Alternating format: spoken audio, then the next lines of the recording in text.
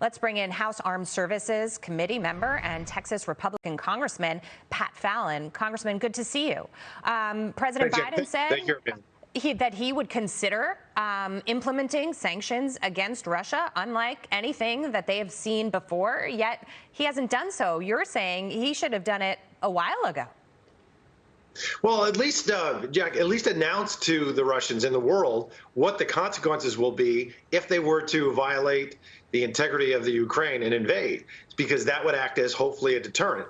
I mean, this could go all the way from, sanctioning the Nord Stream crude pipeline, which we should have done, which Joe Biden lifted and, just waved a white flag, if you will, but also all the way to perhaps banning the Russians from using the SWIFT system, which is the global electronic banking system. That would cripple their economy.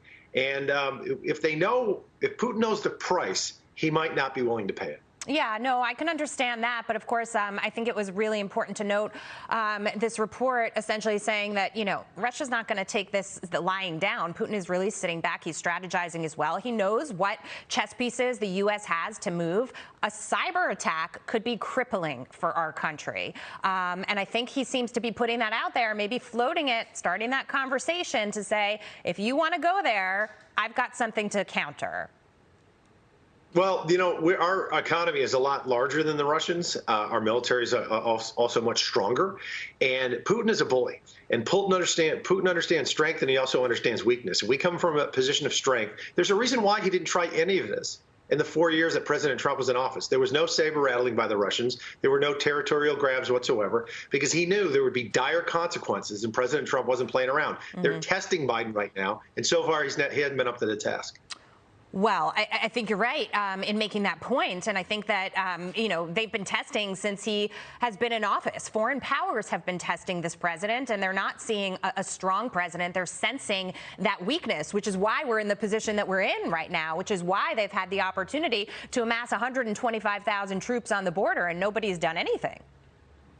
No, you know what? We wouldn't even be having this conversation if the Ukrainians had, let's say, a military of 300,000 strong that was very well equipped and very well trained and had the latest weaponry. We knew about this mass buildup in November, and yet the Biden administration just dragged their feet. We should have been arming them with lethal aid then and not talking about rushing in anti-air and anti-ship weaponry now. That should have been done 90 days ago. Yeah. And also, sorry, Jack, go ahead. Now, I was going to say also, it's interesting to note that in China and Taiwan, there were 300 sorties flown by the Chinese communists into Taiwanese defense airspace in 2020. But that tripled to 950 in the first year of the Biden administration. China is also testing Joe Biden. And these all seem to be small acts of aggression when you sort of take them all together and look at the geopolitical landscape. I was going to say by November, we were still dealing with the fallout from Afghanistan. And so this administration was not focused on where it should be. It's got a lot of problems and a lot of fires to put out. But Congressman, I just want to switch gears for a moment, because we are learning that Supreme Court Justice Stephen Breyer going to retire at the end of the current term.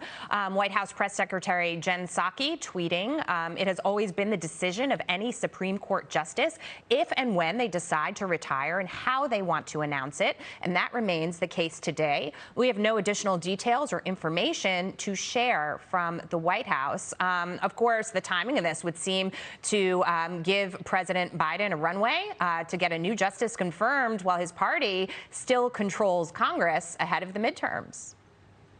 Yeah, that's interesting. I wish Justice Breyer would stay on, and this is a conservative Republican from Texas, until January of 2025. I think that it would be wonderful. But unfortunately, it seems like he's going to bow out. I wish he'd bowed out in the Trump presidency, but he hasn't.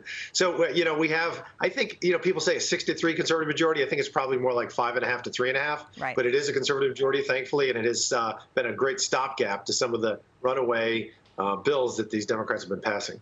Congressman, good to see you. Thanks so much.